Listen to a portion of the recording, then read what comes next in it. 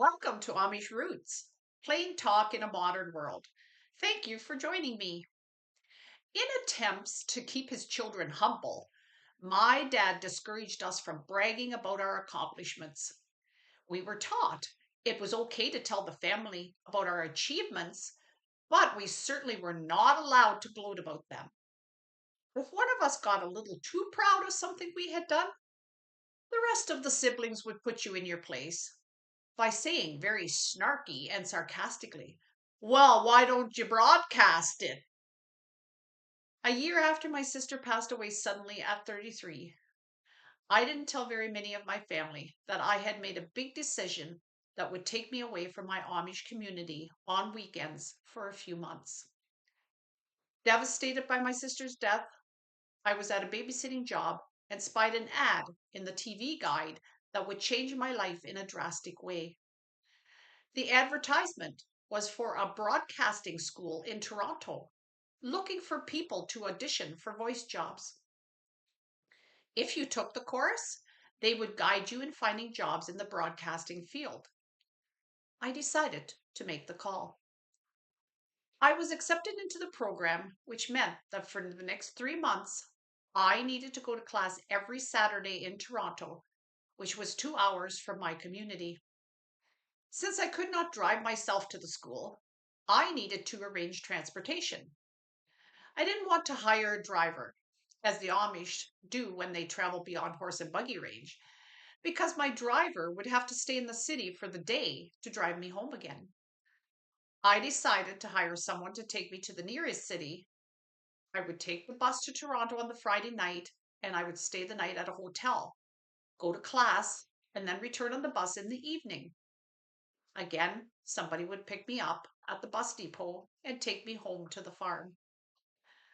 One of the few people from my family that knew about my plans was my mom, because I didn't want to lie to her about my whereabouts on the Saturday.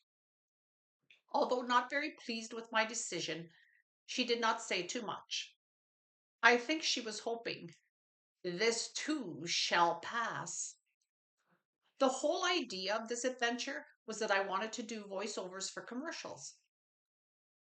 I was very naive about what was involved in actually doing this, but I was ready for an adventure away from the grief of losing my sister. With a head full of dreams and a small amount of courage, I boarded the bus for the first time. I was so nervous about how I was going to navigate my way around the city, but I was determined to make it work. I had booked my hotel ahead of time so that when I arrived at the bus station, I got a cab, which took me to the hotel. Not wanting to walk the streets in the city, I had packed a supper to eat at the hotel. In the morning, I again got a taxi to the school and then again to the bus station to go home after class. I did this every weekend for 3 months and then every other weekend for another three. The broadcasting school itself was so much fun.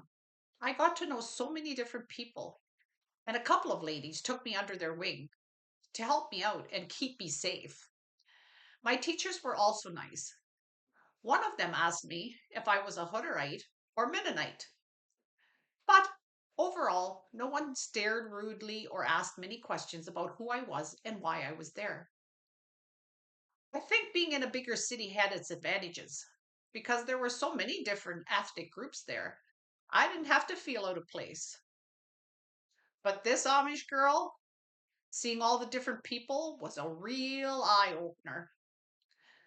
My classes consisted of learning everything about broadcasting. We learned how to run a soundboard, how to present news for radio and TV, and how to do voiceovers for commercials.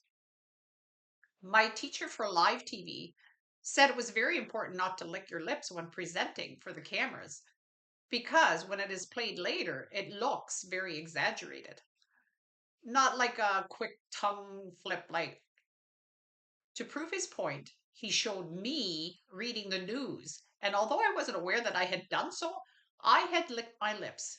He was right. When it is played back later on tape, it is slowed down and looks a little sexual, sort of like this. He teased me that I would be the first Amish person hired to do porn. Ah, die Lieber! I was so embarrassed because I had signed up to do commercials when I was finished with the class lessons. I had to do a demo tape at home and mail it to them to get graded. I eventually passed the course and have a certificate to prove it. But the longer I was there, I knew it would not be feasible for me to go forward with my plans to get into broadcasting. It required the ability to get to different jobs, and I was not going to be able to do that.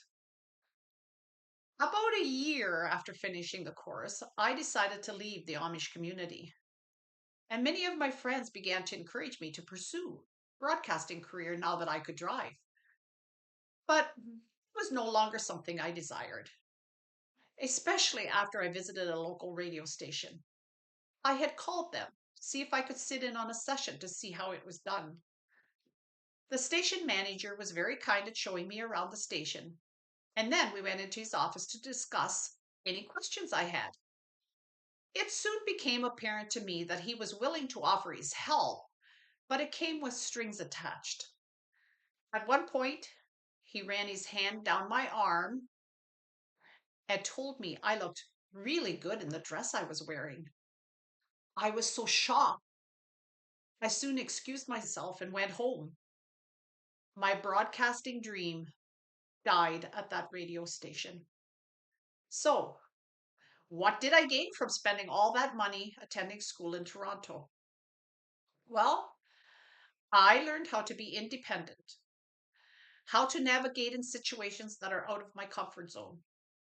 It gave me confidence to do speaking engagements, like preaching sermons at my church as a guest speaker. It gave me courage to do live theater in front of an audience. And because running a soundboard and using a computer were requirements at the school, I took an extra step and enrolled in a computer class to get more experience. This led to me applying and getting the secretary job at my church for a few years. The choices we make do not always lead us to the pathways we think we are on, but along the way, we learn new things, especially about ourselves. If I think about my journey, it seems like I took a long, meandering road to get to where I am today. I'm semi retired, my hand at writing, and talking to you on my blog. I've had many experiences along the way, meeting lots of wonderful people and making some interesting wrong turns. Looking back, I realized that I was very naive and trusting when I left my community to go to Toronto. There are so many things that could have gone sideways with my experience, but I believe that God was looking out for me by placing honest people in my path, giving me the sensibilities to not explore Toronto on my own, having friends who chauffeured me to and from the bus station and were praying for my safety. I am so thankful for their support, and this is something I am happy to broadcast.